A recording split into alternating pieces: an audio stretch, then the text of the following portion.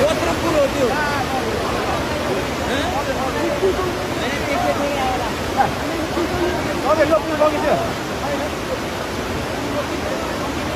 पुलै लिएर आएर चाहिँ सिङ्गो पुल यार